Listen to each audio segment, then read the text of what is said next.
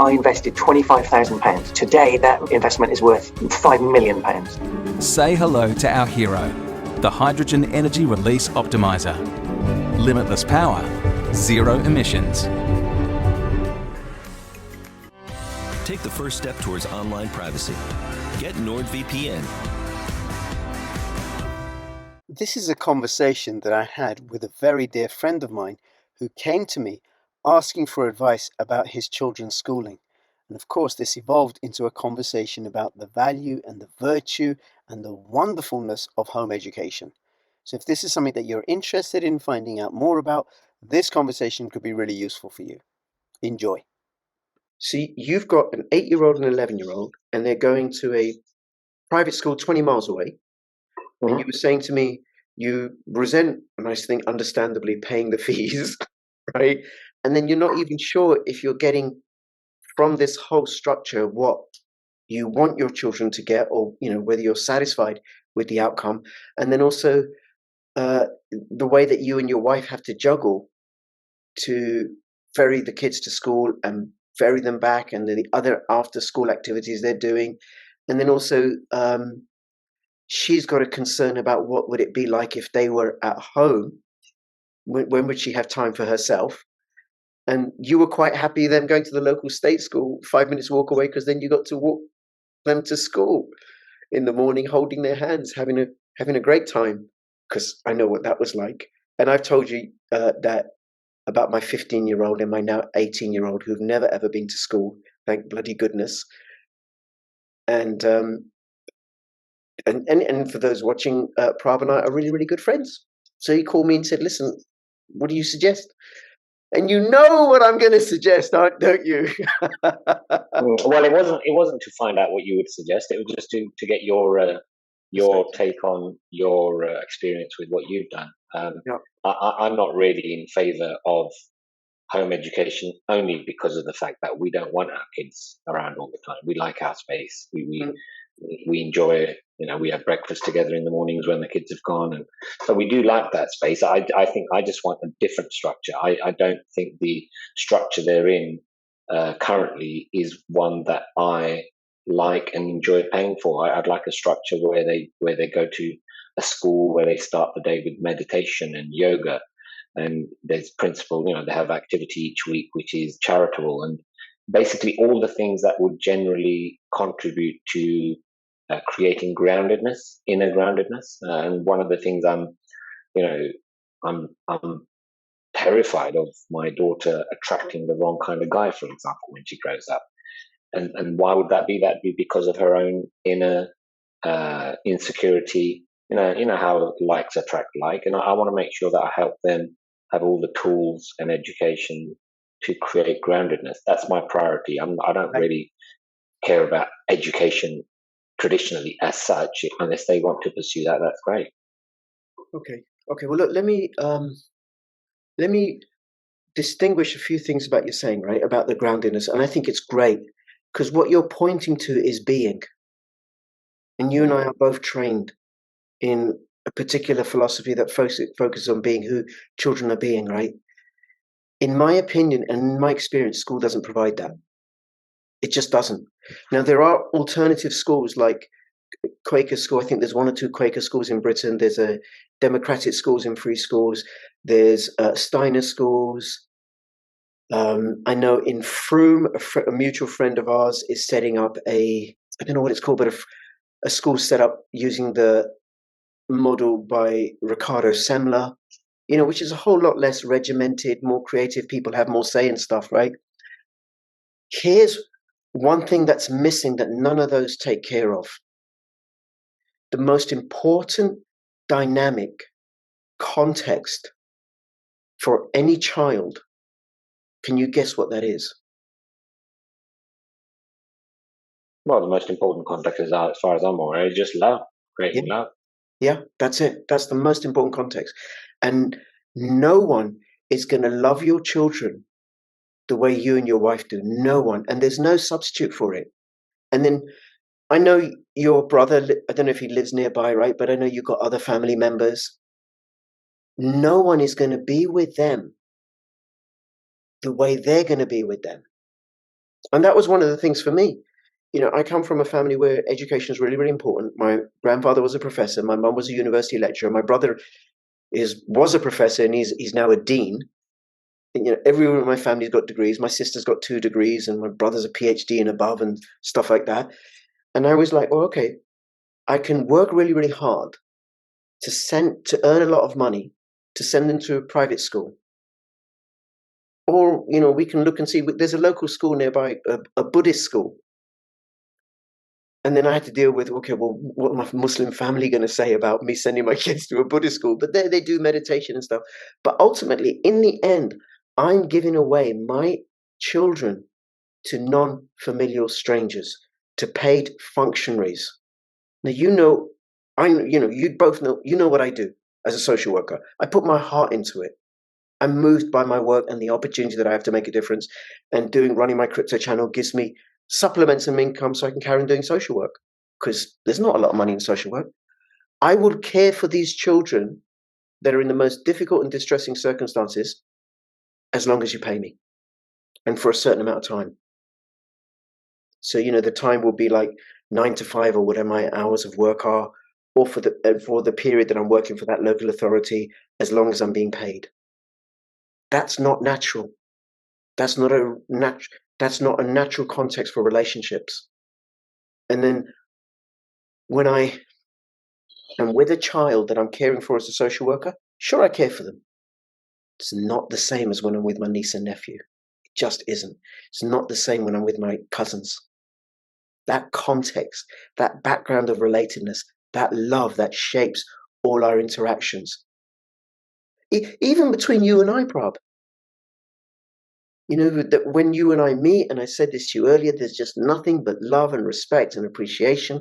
And I imagine that if you were to say to your children, okay, go with Uncle Rich, you're going to hang out with him for a day, you can trust, I hope, that I will be great with them, that they'll be safe and secure and honored, not necessarily because they're my family, but out of my relationship with you. It's not there in school. And then our relationship, how long have we known each other? 20 plus years? 25 years, right? Maybe longer. Our relationship is natural. It's through mutual consent, mutual participation. It extends into the past and it extends into the future. That's how real life is. And home-educated children get to grow up in that community, not a network, it's a community. What school gives you is network, which is distinct from community. And then you said you're not happy with the structure you got now with the private school. You want them to learn all this meditation and stuff and do charity work. Well, that's all in the world of doing and in the world of having. What's the outcome that you want for them? Why do you want them to do meditation and charity work and creativity and stuff? What do you want for them? I want them to be able to make choices from within, so choices not governed by the outside world as such, so that they find their own creativity from within, and any actions and sort of career that they choose to take is an expression of who they are and what they want to do in the world, as opposed to being in that conformative sort of certain direction which teaches them to go down a certain road in the academic field. I'd love for them to be doctors or dentists or accountants or whatever they might want to be, but more because that's what they want, that's their calling. So it's really to give them, it's like building the right foundation, just like you build the right foundation for a house. So it's really to give them the foundation, which I don't think schools do. School doesn't. It's not that level of foundation. School gives a lot of other things which I think are great in terms of the academic skills, but it doesn't give them that foundation. Yeah, and even in terms of the academic skills, I would challenge that, right? But that's a whole other conversation. So what you've said, if I were to encapsulate it this way, would it be accurate? You want them to know who they are and be secure in who they are. Hmm. Yeah. Well, one of the things when my kids were really, really young and I was exploring home education, I went to this conference and there were these, they were in their early 20s. They'd never ever been to school, or maybe one had been for one term. There were 3 or 4 of them and they gave a talk and I spoke to them afterwards and I was blown away by who they were being. They were just so comfortable in their own skin. They just knew themselves. Absolutely, absolutely knew themselves. In school, whether it's an alternative school, they don't have that opportunity. They do not have that opportunity. Imagine you're a teacher. Okay, you're now a teacher, and you're in a state school, and you've got 30 kids, 38-year-olds. It's the first day of term. It's September. The first day of term, you've got a new class of 8-year-olds, mixed gender. What's the first thing you got to do?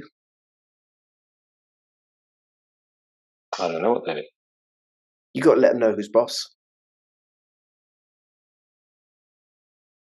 It's the first thing. Well, I think that's down to the style of the teacher, to be honest. Yeah, there's different styles, right?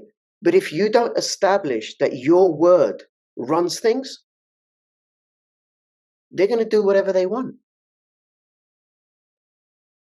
So I listened to an interview by a teacher of a guy called John Taylor Gatto. I may have mentioned him to you before, or your brother, right? So he won New York State Teacher of the Year twice, I think. New York City Teacher of the Year 3 years in a row. Passionate advocate for home education, alternative education. And this teacher said to him, "So look, I'm about to start teaching. What's the most important thing that I should learn? The most important skill?" And Gatto said, without missing a heartbeat, the art of humiliation. And I was like, what? What do you mean, humiliation? And he went on to argue and create. I got 30 kids in front of me. I have to let them know that I'm in charge. They got no relationship with me. Your son, your daughter is going to be in a class with somebody whom they have no relationship with, and they now got to create relationship. And that teacher has to create the relationship such that I am in charge, and you will do as I say. And a very good mutual friend of ours, who is actually still a teacher, supply teacher now, he once said to me when I was having this conversation, he now home educates, by the way, both his kids. He said to me one day, he said, I had to tell the smartest girl in my class, I had to tell her off today. I said, why? He goes, she's really, really well behaved. She's really well behaved. And she was sitting in the back of the class and she was reading this book, this classic novel, way beyond her years. And I had to tell her off. And I go, why? He said, because it was a maths class. Don't get to do that. You want to read works of literature right now? Too bad you can't. I'm in charge. You're going to do maths. The bell is gone. Time to go. Yeah, but sir, I was just enjoying the maths. Really too bad. Bell is gone. Yeah, I don't think that's such a bad thing. I like structure. If she wants to read that novel, then there's nothing wrong with her reading that novel in another slot. I like structure. I think that's a good thing. I think it creates balance. There's a difference. Here's the difference. And I'm seeing this now, and I'm going to say something radical, right? Schooled kids aren't complete. They're not whole. There's a structure that I control, that I create myself as my self-expression. That is an expression of my desires, my commitments, my agreements. And then there's a structure that's imposed upon me by people who are being paid to do so. Sure, they care about kids, but it's not the structure that my uncle or my parents would create for me. It's not from that same context. And the context is everything. And what I've seen with my children is they get to create structures themselves from their own day. They get to express who they're being. They get to discover who they are in that process. School children don't. Now, this mutual friend,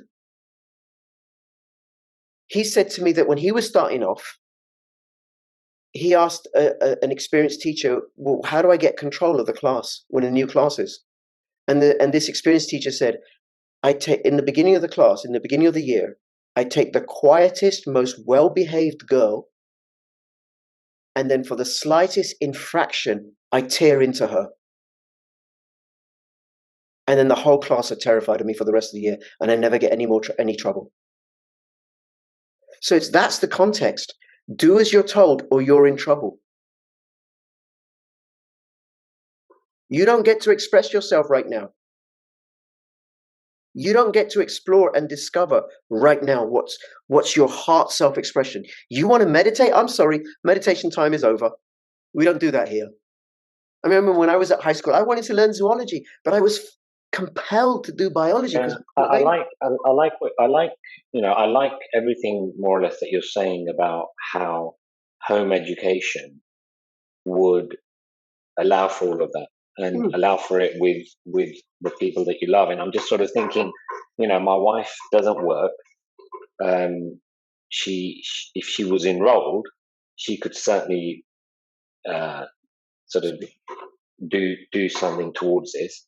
But the question is, I think for her, understandably, at the moment, she's probably dreads the idea of having the kids around all day. So how do we understand it such that we'd want to do that? I think that's the key here. Yeah. So I think I'm sold. I think we're sold on the idea of home education. Okay. That part of it. I don't think there's an issue there. If I was going to have a choice with my kids being with my wife and me during the day, versus at school, without doubt, I'd prefer that. But how do we do it so that we actually enjoy it? That's the thing. Yeah. Well, Prab, I know you and I have had experiences, many, many experiences in our life, which we have been unable to second guess. Unable to second guess. And I'll be explicit now, right? You and I have both done the Landmark Forum. And I was told about it by my mum and my sister. And I was like, okay, fine, I'll do it. Yeah, it sounds great. I had no idea. I had no idea what the results would be like. I couldn't have imagined it. And then I went on to other subsequent courses with Landmark Worldwide. There was no way I could second guess it. No way. And that's to do with the nature of paradigms. The paradigm of school, because you and I both went to school. And I think you and I did okay. I went to university, and thanks to Landmark, I went and got a first-class honours degree, despite being a completely useless, bolshy troublemaker of a student, right? There's no way I could have second-guessed that home education was like this. Because I was just discovering as I was going along. So what works at school, the experience that you have as parents, there's no way you can second-guess home education. None. My experience of home educated parents, the ones that I've met and everything, they are so much happier and relaxed. Now, before I say how, right, it is difficult. My wife and I, we had to redesign our life because all of society is designed around school. Jobs will be flexible, businesses will be flexible, so you can take kids and then take them to school, and then you got school holidays, right? Everything's geared around that. We had to redesign our life so that it was designed around our kids are always going to be one of us always needs to be at home until they're in their mid-teens or so. So how do we work that out? We had to redesign our life to take care of our family and friends' expectations, which for us was pretty easy, thank goodness. But in particular, some of my older brother, who's a professor, and my father, they were particularly concerned about it, and my wife's sister was particularly concerned, so we had to take care of them and carry them along with us, even though they didn't agree. I had to unlearn what education is. And the thing that I found, the hardest thing is for people who've done well in the traditional educational system. That I think education looks like this. I had to unlearn that because I did okay. I did well. So I had to sort my head out. And then the thing that was almost invisible, because our kids never went to school. We never had the stress of the school run. We never had to berate our children for not doing their homework and say, look, you have to revise. You got these exams coming. We never had to deal with whatever parents' evenings are like. We never had to deal with the disruption to our schedule. Oh, now one of us has to be at home because they own school holidays, school's off. We never had to deal with issues of bullying, and bullying is harmful for all three agents, all three parties involved. It's harmful for the bully because it teaches them that this is a viable way to relate to people in life, and it's usually an expression of some emotional trauma coming out the wrong way. It's harmful for those that are bullied because they hate themselves. They diminish themselves. And it's relentless day in, day out sometimes. And it's harmful for those that are witness to it. One, because they see this really poor model of relating, but also like, what if it happens to me? Thank goodness they're picking on this person, not me. It's a completely distorted set of relations, and school cannot deal with it. Cannot deal with it. Can never ever disappear it. Not traditional schools where there's age segregation. Home education doesn't occur. So anyway, so with home ed, those were the challenges that we faced. Dealing with other people's opinions and expectations, redesigning our lives, redesigning my head about what education looks like, and then just trusting the process. Children are, you want your kids to be creative, and I'll come to this in a second, right? Children are designed to learn, and school gets in the way of that. It looks like the pretense is that it's all about education. It's not. It's about compliance, obedience, and control. And then, it's like the difference, say, between being in Guantanamo Bay prison or an open forward prison. That a state school or a private school, which is very regimented, we could say is like Guantanamo Bay, and an alternative school is like an open prison. Well, it's still a prison. It still impinges on being, on the development of being. Now, have I answered your question or something? Here's what I'm saying. So what we have been witness to and experienced is that having our children with us isn't a hassle. Sure, there are challenges, they misbehave, and there's work that we have to do. But having our children with us, there's no one I love more than my children. There's no one I love more. I'm not giving them away to some non-familial stranger. I'll give them away to you, Prab. You're welcome to have my 18-year-old and tutor him in how to run a successful business and all that. You can have him. He'll come, right? I'll give him away to you. When he was younger, you come down to my city and he wants to hang out with you. Sure. Because I love and trust you. And that shapes the relationship that you have with him. That context is completely missing. And school distorts it. It distorts it for the parents at home. So that video that I told you about that I recorded with a friend of mine. So 2 months after taking his daughter out of school, his 14-year-old daughter, I recorded a video with him. And, how's it going? And the video is called This Made Things Better, something like that. I'll link to it in the description below. He said, she is so happy. She doesn't learn. I said to him, what you got to do is you got to de-school her. You have to de-school. And the philosophy that we adopted is called unschooling. Have I mentioned that to you before? You know what that is? I've heard it, but okay. Expand on that. They play. Saw my kids today. They played and played and played and played and played and played and played and played. And during the course of his childhood, my son, whom you've met, has played and in the process set up 5 businesses. But for him, it was play. He's doing a profit and loss sheet that my wife is showing him because he's setting up a car wash service in our street. He's making flyers, designing them with my wife. She's helping him. He's posting them. He's washing cars for £5. He's paying his sister and his sister's friend 50 pence each to wash a car. He's buying the materials and the goods. He's making a little bit of profit. I say to him, why don't you pay them less? He goes, I'm not going to rip them off. He was 11. And for him, it was a game. He did it for a couple of weeks and that was it. And then later on, he starts making fairy cakes himself to sell to other home ed kids.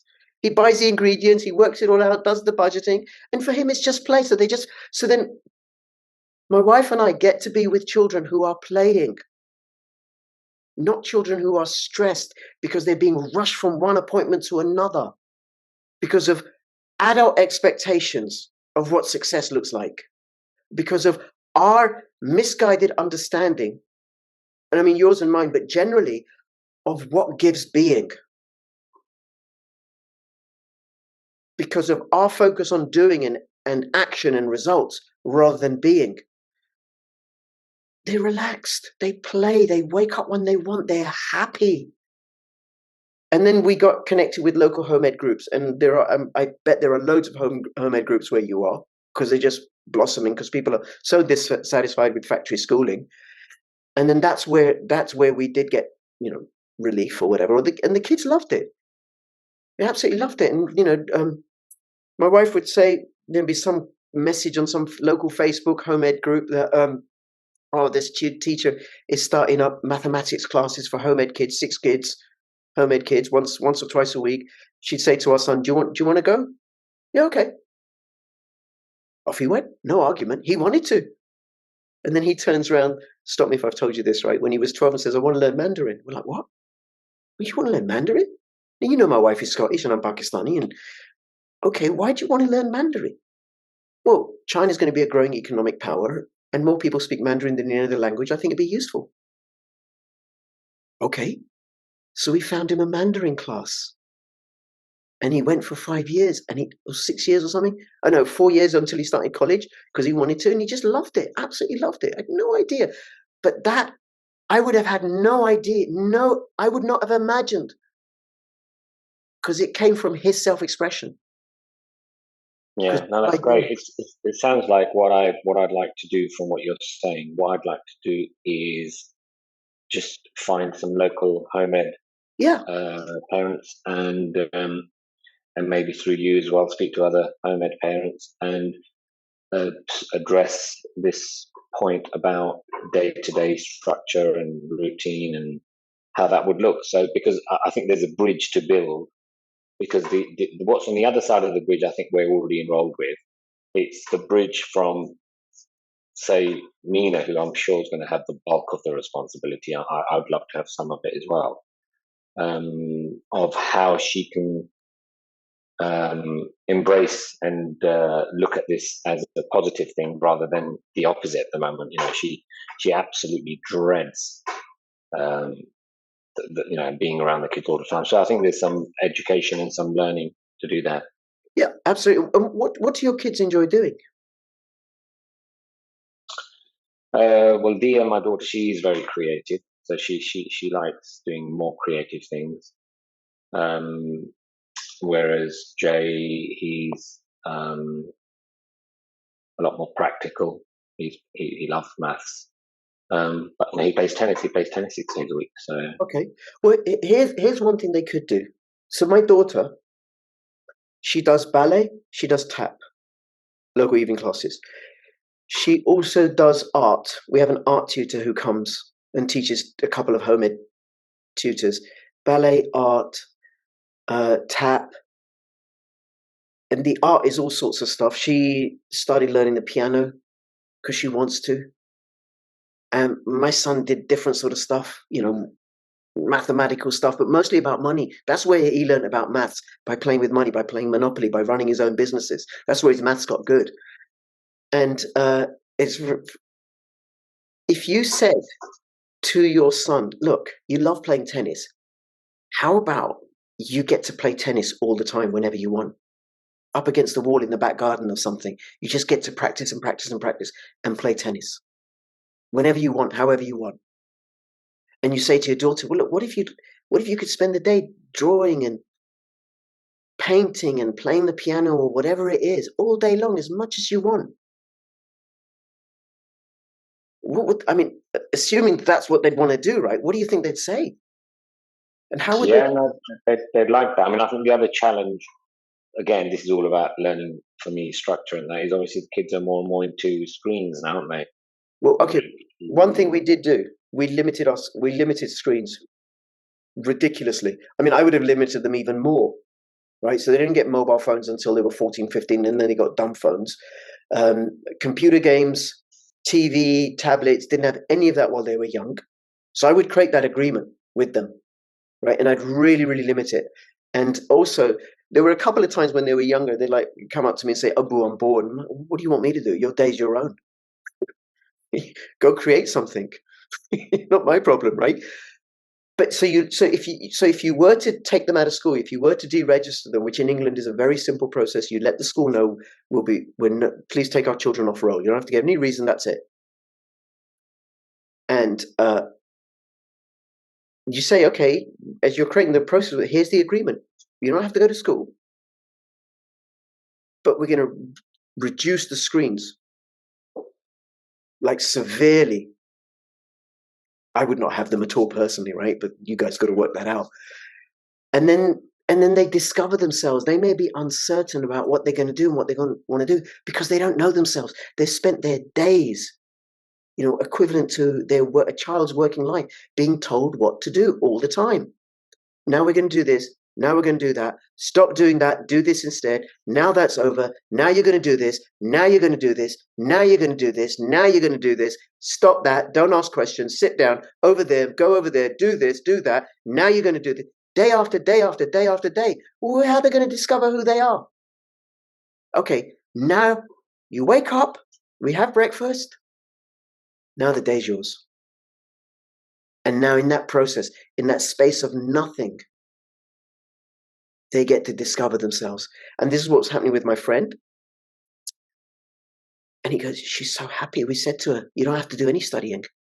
You don't have to do anything. You can just hang around. Hang out. So her school friends come after school, when they finish school, and hang out with her. She's interested in learning about makeup and beautician. So she's making connections. She's meeting up with other homies. She's just so happy. And my friend was saying in that video, it's made such a difference to us because we're relaxed. The happiest thing for me, Prab, and it's probably the case for you and your wife, is when I see my children happy. That fills me with joy. And that's what you'll have. It's a warm spring day. Your son's been playing tennis all day long to his heart's desire. He comes in at 5 p.m. He is satisfied and exhausted from a day well spent playing tennis. And that is so educational. He's learning about himself, his capacities, his limits, his how to use his body. His brain is growing like crazy. Judgment, timing, coordination. Your daughter, hand-to-eye coordination. Her heart being expressed in a painting. Oh, fine. I'm sold. Let's take him out now. And then before that, right? Education Otherwise. I think it's educationotherwise.org is a British charity that supports parents who are educating. There's also HLSD. I'll have the links in the description below for people all over the world. You can find local home ed groups. There are different laws in different countries. But then you and your wife can go to these home ed groups, speak to other parents and say, what about this? And what about that? And what about this? And what about that? And how do we do this? And how do I do that? And that's what we did as we were discovering. And they say, oh, don't worry about it. Oh, it'll all work out. Really? Really? And then it did work out. And then if it doesn't work out, and of all the many, many people, Prab, who've spoken to me, people that some of them, right, who've spoken to me, taking their kids out of school or never put them into school, every single one has said this is much, much better. They've all benefited, every single one. But if it doesn't work out, you can always put them back into school. So I said I was going to come back about the creativity. School is designed to kill creativity. There was a study done in Britain of 100,000 children, school-age children, to measure creativity. And one way you can measure it is through this thing called neural divergence. So if you think of my arm as a neuron and the fingers as different connections,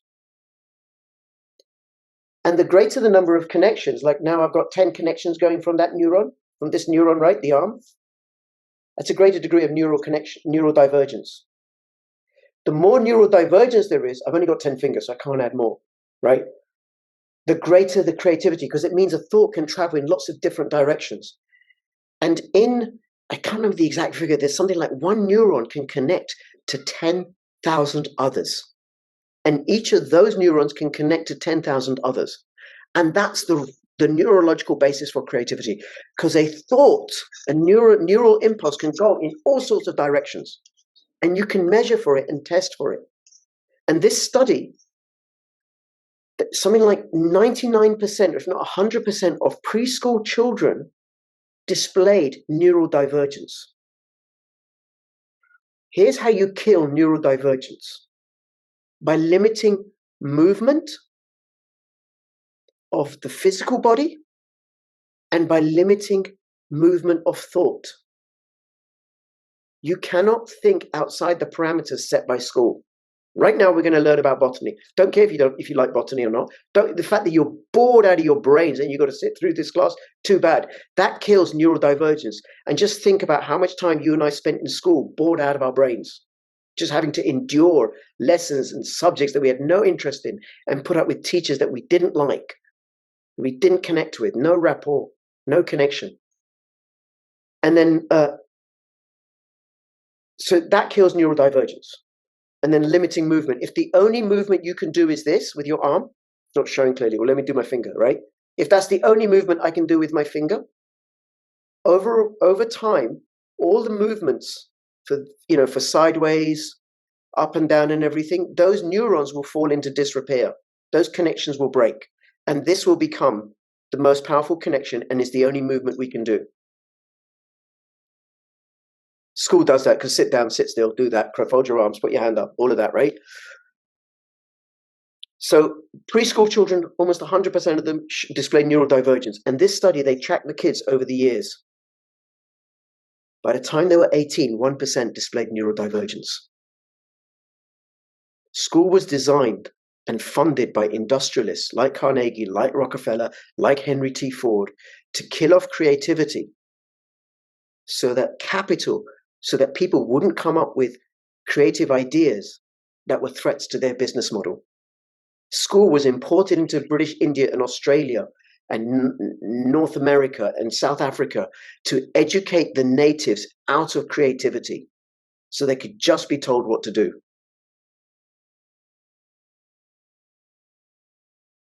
There you go. The British did not bring schools to India as a philanthropic exercise. It was to kill our creativity and to teach us that they are our lords and masters. We are your lords and masters. Listen to us. Don't listen to your parents. Follow our gods, not your gods. Okay, well, look, I really think this has been helpful. I think I just want to, if you can help with pointing to some other parents we can speak to, any help in finding local home educated parents or children, that'd be great. I think that's what I'd like to do. Yeah, well, if you're on Facebook, you can look on Facebook. I'll send you the links to Education Otherwise. There's a couple of friends of ours who home educate. One of them who's actually this teacher that I referred to earlier, his daughter's 8. She draws and she acts, and her drawings, I showed it to my daughter's art tutor. It's like, oh my God, these are incredible. This is from a child that's much older. And then, by the way, this Serena Williams and Venus Williams? Working class parents, they were like, we want our children to succeed. And it's really difficult for African American women to succeed. They were home educated. And their dad, who was a postman, taught them how to play tennis from a young age. But they had the freedom just to explore and discover that. So reach out to other home educating parents, some that you know and some you'll meet, and keep me posted. And thank you so much. And anybody who's watching, comments, questions, have you done this? Haven't you done this? Are you looking at it? What do you think? And between now and we haven't even touched upon about how the whole trans agenda in the school and everything. The normalization of pedophilia that's slowly creeping upon us.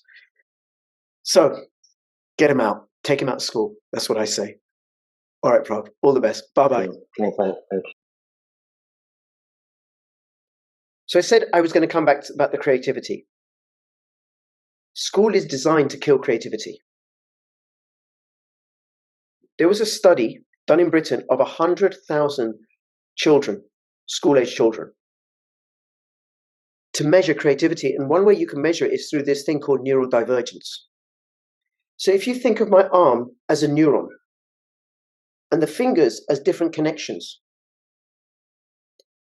and the greater the number of connections, like now I've got 10 connections going from that neuron, from this neuron, right, the arm, that's a greater degree of neurodivergence. The more neurodivergence there is, I've only got 10 fingers, so I can't add more, right? The greater the creativity, because it means a thought can travel in lots of different directions. And in I can't remember the exact figure. There's something like one neuron can connect to 10,000 others. And each of those neurons can connect to 10,000 others. And that's the neurological basis for creativity. Because a thought, a neural impulse can go in all sorts of directions. And you can measure for it and test for it. And this study, something like 99%, if not 100% of preschool children displayed neural divergence.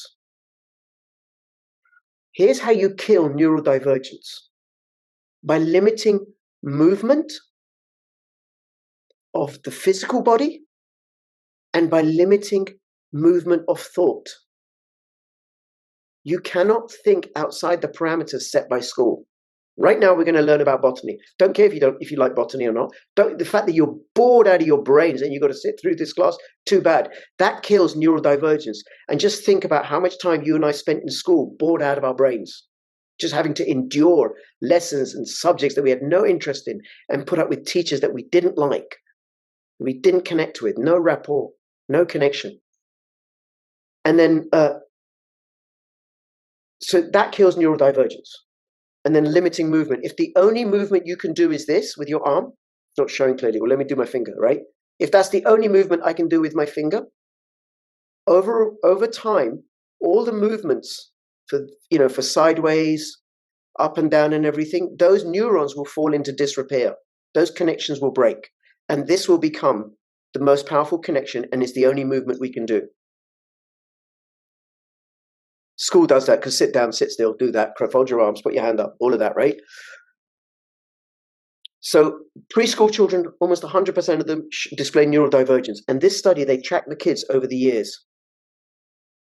By the time they were 18, 1% displayed neural divergence. School was designed and funded by industrialists like Carnegie, like Rockefeller, like Henry T. Ford, to kill off creativity so that people wouldn't come up with creative ideas that were threats to their business model. School was imported into British India and Australia and North America and South Africa to educate the natives out of creativity so they could just be told what to do.